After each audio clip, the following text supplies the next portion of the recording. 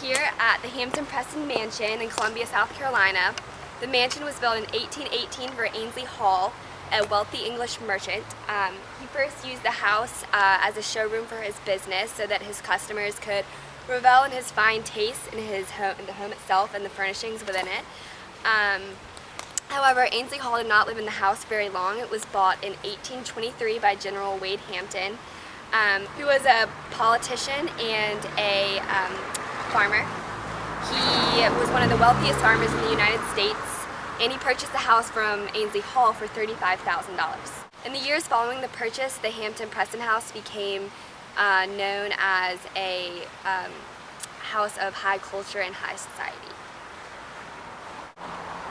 Today we'll take a closer look at the house and we'll point to various aspects of the way the house was built in Greek Revival style, and we will talk about how that reveals the wealth and the status of the people who lived in this house. Today we're here to take a closer look at the Hampton Preston Mansion. It was originally built in the Federal style of architecture. The remodeling shows how the owners were culturally conscious and wealthy enough to keep up with the current style. This house is a perfect example of an antebellum Greek Revival style home. We can see several elements of classical architecture here. There are Doric columns. There's a pediment up there with an elliptical fanlight.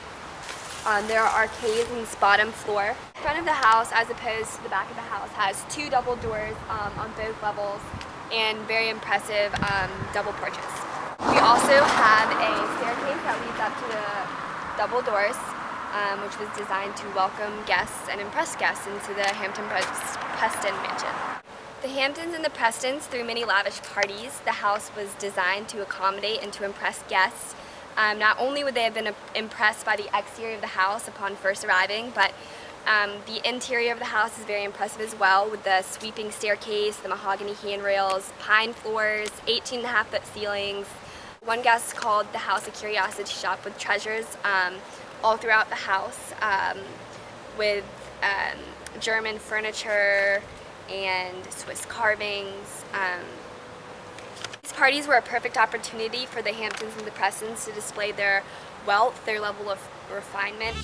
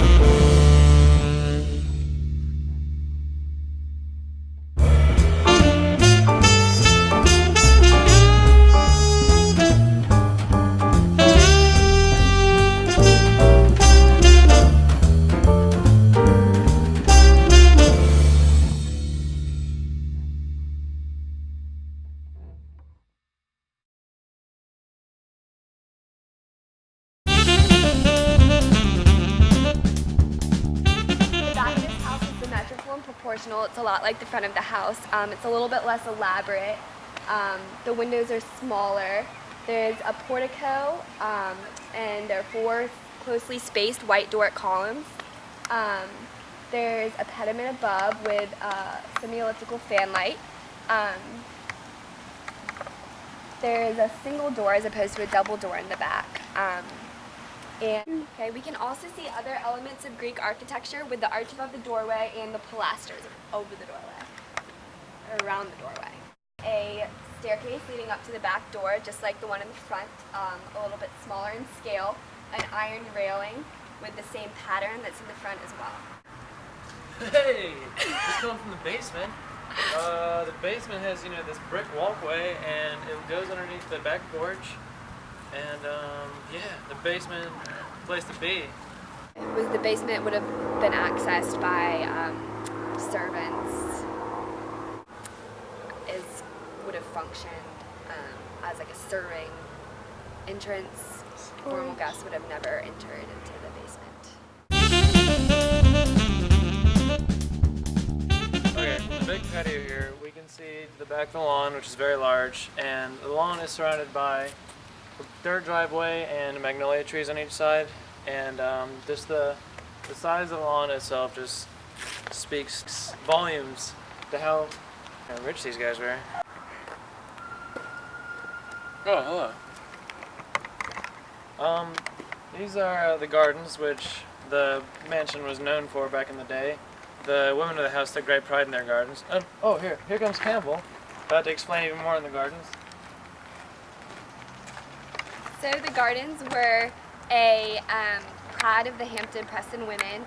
They took great care in maintaining the gardens. There were plant varieties and species from all over the world, and you can still see how beautiful the flowers in the garden are right now.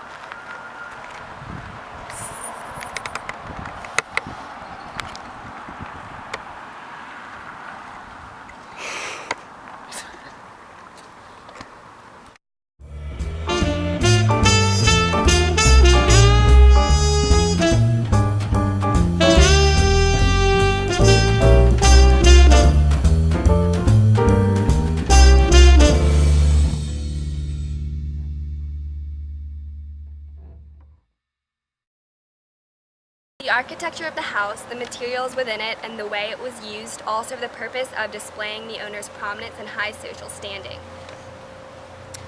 And thank you for joining us today in our tour of Hampton Preston Mansion. Hope you had a good time.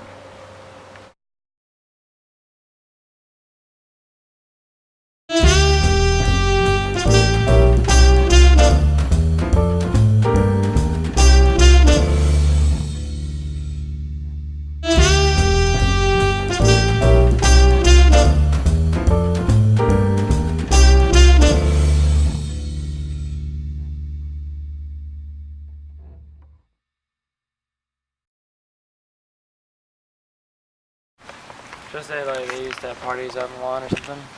Yeah. Like, something like that. One time, Wade Hampton was streaking out of this lawn, like, his very sweater hair.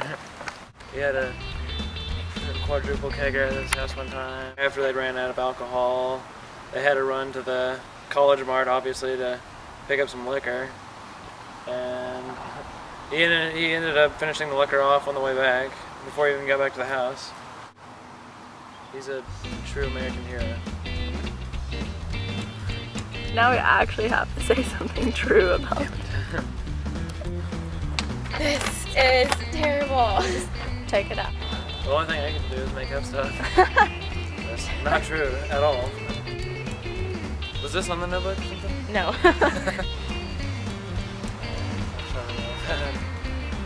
Didn't see ya.